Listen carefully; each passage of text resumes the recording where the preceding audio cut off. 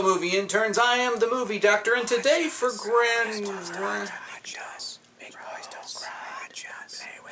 Hold on just one second, movie interns. Watch us. Glad to Verata. Watch us. Big boys cry. Come play with us. Watch us. Nicolas Cage is gone. Watch us. Big boys don't Verata. Watch us. Big boys don't watch us. Come play with us. Watch us. Nicolas Cage is gone. Watch us. Big boys don't watch us. Big boys don't watch us. Play with us. Nicolas Cage is gone. Watch us. Glad to Verata. Watch us. Big boys cry. Come play with us. Verata. Nicolas Cage is gone. Watch us. Big boys to Verata. Watch us. Big boys to watch us. Play with us. Nicolas Cage is gone.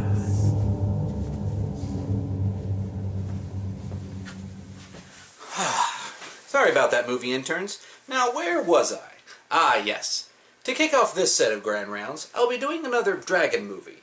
And that particular dragon movie that deserves a little closer examination is the 2002 flopbuster, Reign of Fire. But before we look at this movie, I want to say a few words about general patient history. I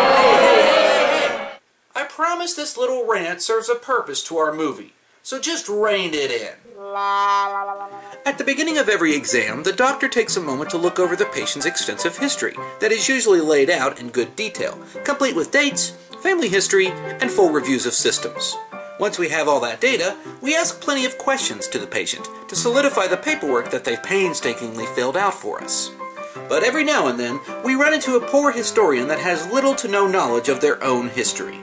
They do a horrible job at answering questions, and the doctor is left feeling like they're staring at a train wreck without any idea how to stop it. Long story short, Reign of Fire is one of those types of patients. I mean, sure, I was able to dig into the bowels of old internet interviews and find certain tidbits about who did what, but for the most part, the pre-production of Reign of Fire is shrouded in the minds of those who probably don't want to talk about it anymore. So I wasn't able to find much on the film's past. But I do know a few things about our illustrious director, Rob Bowman. Having gotten his start in television with such classics as Star Trek: The Next Generation and X-Files, Rob was accustomed to the science fiction aspect of directing even before landing the job to do the full-length film starring our two favorite FBI agents. Unfortunately, he also directed some disasters, including Airborne and the Daredevil spin-off film, Elektra. Yeah, I'm penciling that movie in for later. Of course, this doesn't mean that Reign of Fire was a disaster. Much like my Alien Resurrection video, Reign of Fire wasn't necessarily seen by everyone to be a bad movie. The special effects seemed to hold up, and it carried a cast who, at the time, were on the rise in popularity, so it seemed like a pretty safe bet for most involved. So, what made me want to review this movie in the first place? Let's fly into the depths of this inferno and figure it out. We open with young Quinn going to meet his mother, who is a foreman at a construction site for the underground in Britain. And don't worry about him needing a hard hat or anything. He's too young to worry about safety. One of the workers finds an underground cave and promptly sends the kid in to investigate. Okay, so it looks like the United Kingdom isn't as tight-assed as we are over here with our kids and safety. But what the hell are you doing letting this kid walk around all unsupervised? I'm gonna play with this really sharp sword. That's nice, kid. And then I'm gonna jump down in this pit that no one's ever been before and see if I can start the end of mankind. Dinner's at 8. Sure enough, the kid stumbles into our first dragon, who for whatever reason spews dragon juice in his face to scare him away, instead of outright eating the kid for a light snack, before he bursts out of the hole and starts roasting the workers. I love Britain. Oh, do you know how to get to Buckingham Palace? Up? Oh, excellent. Cheerio.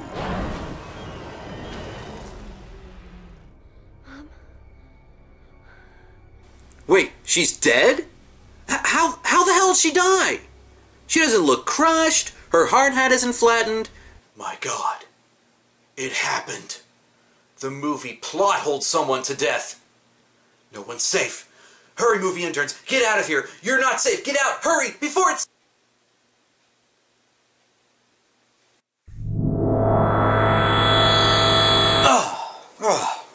Whew. I hate it when that happens. I've kept this for years, because someday it'll be up to you. Quinn suddenly turns into Christian Bale, and he tells us about how the dragons have been hiding underground for thousands of years before finally coming out to start a second invasion.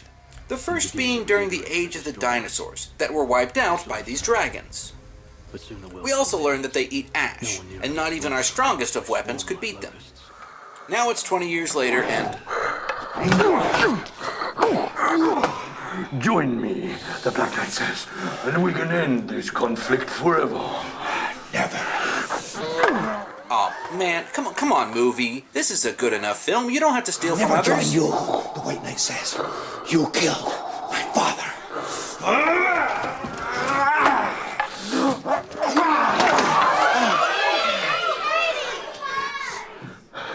The Black Knight stares through the holes in his shiny mask, and he speaks words that burn into our hero's heart forever. I sense a disturbance in the copyright force. I am your father. In all honesty, the scenes showing the main characters doing things like entertaining the children and trying to keep a sense of level-headedness in this post-apocalyptic world are some of the better parts in the film. It instills an amount of substance and meaning behind their survival, which makes you want to root for the humans that much more. When we see him. Dig hard, dig deep, run for shelter, and never look back. Of course, we can't all be Quentin Tarantino movies with nothing but talking. We also have to have something happen, and that something happens to be a rolling convoy.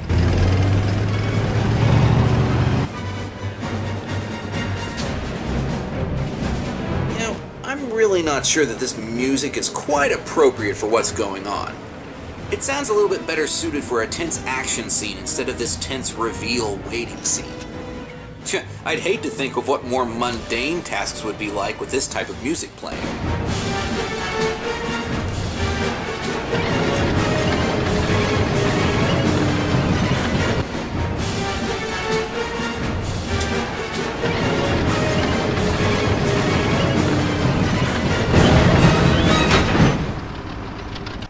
Only one thing worse than a dragon. Americans. Huh. That's kind of funny. I would have said French. This majestic bearded bald eagle is Van Zandt, played by Matthew McConaughey. Just look at that squinty-eyed glare and that devil-may-care mug. This guy knows he's awesome, and he's not afraid to show it. He tells Quinn that he and his men are just passing through on their quest to kill more dragons. And in the interest of solidarity, and the fact that he's pretty sure he just met a bona fide badass, Quinn lets him through. We also meet the helicopter pilot Alex, played by Isabella Scorpico of GoldenEye fame. How have they been able to get a helicopter past these dragons?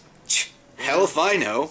And believe me when I say this, but for all the strong independent woman tones that Alex seems to exude in this scene, she ends up just filling the usual female that can't do anything trope Hollywood still has a hard time getting around. Who are they? I grabbed him. We get yet another scene of boring talking between Alex and Quinn where they literally tell us nothing of interest. Especially back in the early years. God, you know, I'm not surprised the dragons haven't just vaporized this place yet. I mean, clearly the castle is visible at any time of the day, and according to Quinn, the dragons seem competent enough to take down a coordinating army, so this place should be a breeze, right? Well, luckily we have people talking, because that way we know that nothing will decide to attack us. Oh, thank God, a dragon. Alex! Radars are down! Go to the East Ridge and tell me what you see! And get ready to rock and roll! We got a dragon to kill! I want to smell napalm in the morning. We will not go quietly into this night. You're going to try and check, you're going to kick ass. Yeah, so remember what I said about the dragons being smart enough to take out a whole army regiments? Yeah, they pretty much do it again here. Except instead of seeing all those elite-looking army guys going out and shooting the thing down, we get to watch what I like to call cloud pour. Yeah. Look at all those sexy clouds. Sexy clouds. So gray and fluffy. Fluffy. Low visibility. Visibility. Slight chances of rain. Cumulonimbus all over. Ha ha ha. And once it's clear that the flying idea was a waste of time, Quinn and Van Zant show that it just takes a guy on a horse, a well-timed harpoon shot, And my axe.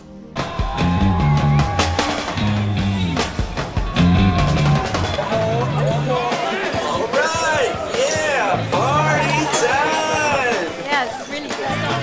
Thanks.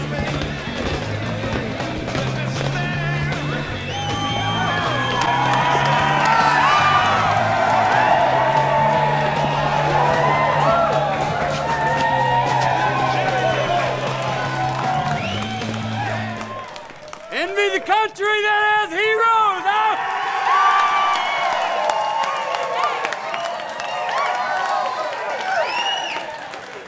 I say pity the country that needs them.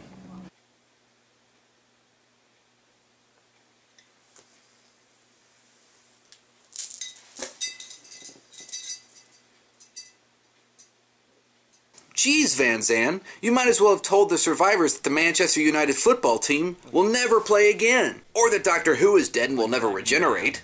You must not get invited to many parties. Woo! Kate Middleton just had her baby!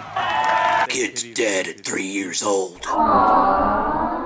Woo! Packers won the Super Bowl! Half the team juices. Woo! New Star Wars sequel just announced! Jar Jar Binks is the main character. Now, if you'll excuse me, I'm gonna go chew on my cigar and stare meaningfully into a fire. Come on, red shirts. Anyway, Quinn finally confronts Van Zan and asks him some important questions. Like, maybe where the hell his men go when they fight a dragon? Because they sure didn't help with that last one. Or how in the hell they keep that helicopter in the air with all that fuel that they burn? Is it powered by the nightmares of little children or something? Sorry, I just keep getting a little ahead of myself there. Actually, Quinn learns that Alex and Van Zan are looking for a specific dragon, a male, since all of the other dragons they've killed have been female. They think that if they kill the male, the whole species will die out.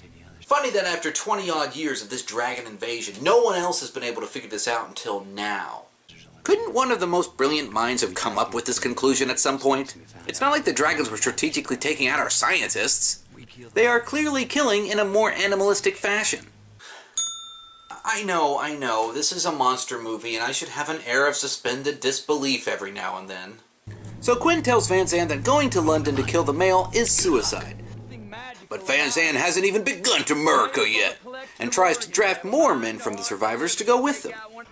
Something that Quinn isn't too happy about. I'm gonna fucking kick your fucking ass.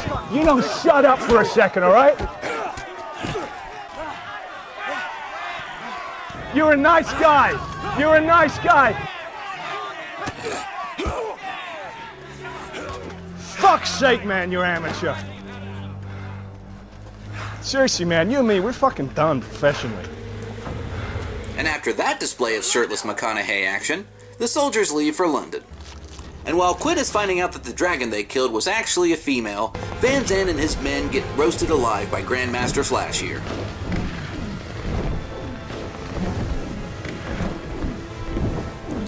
A lot of good that tank did them. Alex finds Van Zan after the massacre, and they book it back to the castle where the male dragon has begun to bombard the place in flames. We get to see things go from bad to worse when we see Quinn's friend Creedy get fried, and most of the castle gets reduced to cinders. Now, this and the previous scene finally give us a good idea of the sheer power that a single dragon can wield, and how helpless an armed convoy or a well-dug-in castle of survivors actually are to the awesome might of such a beast. And to really pound the loss in completely, Quinn says his survival prayer with the rest of the children to calm them down and hold on to what little will they have left to live. What do we What do we do when we sleep? Keep one eye on the sky. What do we do when we see him? Dig hard, dig deep, run for shelter, never look back. This is a pretty powerful scene. Now that that's all over with, let's get back on the monster track and kill us a dragon. Can Quinn come out and play? So yeah, the final act turns into a huge bug hunt for the male dragon, in which Quinn, Van Zant, and Alex go back to London, hell-bent on revenge. We get a last-minute bit of exposition where we see that the dragons are starting to cannibalize each other due to the lack of food in the world. Wait! Hold on. In the beginning we were told that dragons eat ash, and they can make their own fire. Just keep going. Van Zant reveals that he has some explosive crossbow bolts that, if fired just right, will kill the dragon. Very Jaws fuel can shotgun style, which I can respect. So the trio splits up and begins to lure the dragon in, and... Van Zant? What are you doing? Ooh! Good effort. Man, that was close.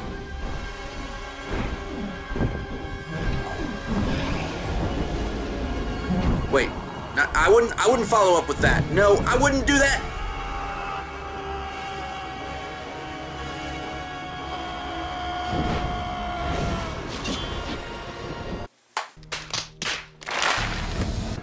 And Quinn is finally able to take his own arrow into the dragon's mouth, killing the beast and apparently saving humanity.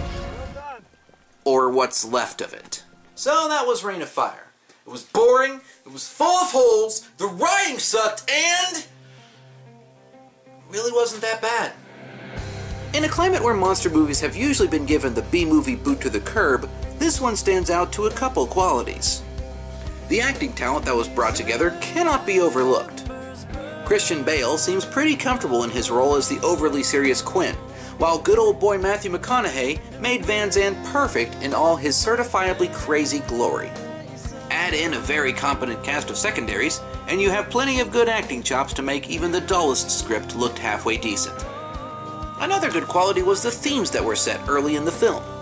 In particular, the age-old idea of nature versus man, which, while usually being beaten to a bloody pulp by many movies, was blended pretty well in Reign of Fire. The hopelessness could really be felt by the survivors, and the sheer power that the dragons displayed at times were impressive. Unfortunately, the flaws were very noticeable. As I had already hinted at, the writing was not the greatest. It ranged from having some deep meaning to sounding downright incomprehensible, and these changes made the moods of the movie jump around so much that it felt like watching two different films at times. This poor quality overflowed into the stuttering pacing and the abysmal plot holes that included the dragons, their backstory, the soldiers, the helicopter, their explanations, you get the picture. For this particular cringe factor, I really fought myself about how I hated it the first time I watched it, but ended up liking it a little bit more the second time, and I overlooked a lot of the bigger flaws. In the end, the boredom I felt during certain scenes won out. So I gave it a solid 6 out of 10. It's a monster movie, plain and simple, and should be enjoyed as one, especially McConaughey's grunty McCrazyface. Also, check out this summer's newest monster movie, Pacific Rim. It's worth every penny. Well, movie interns, another dragon movie down. Let's hope I don't run low on them, or I'll have to review, well...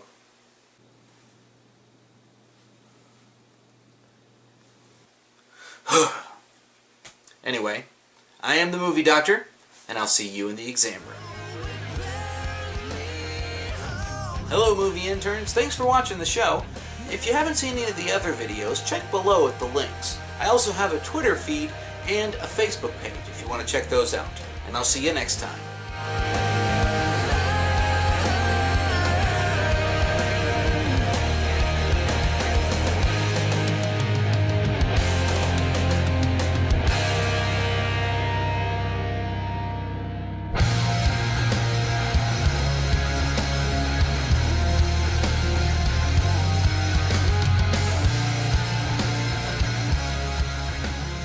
Fuck fuck's sake, man, you're amateur.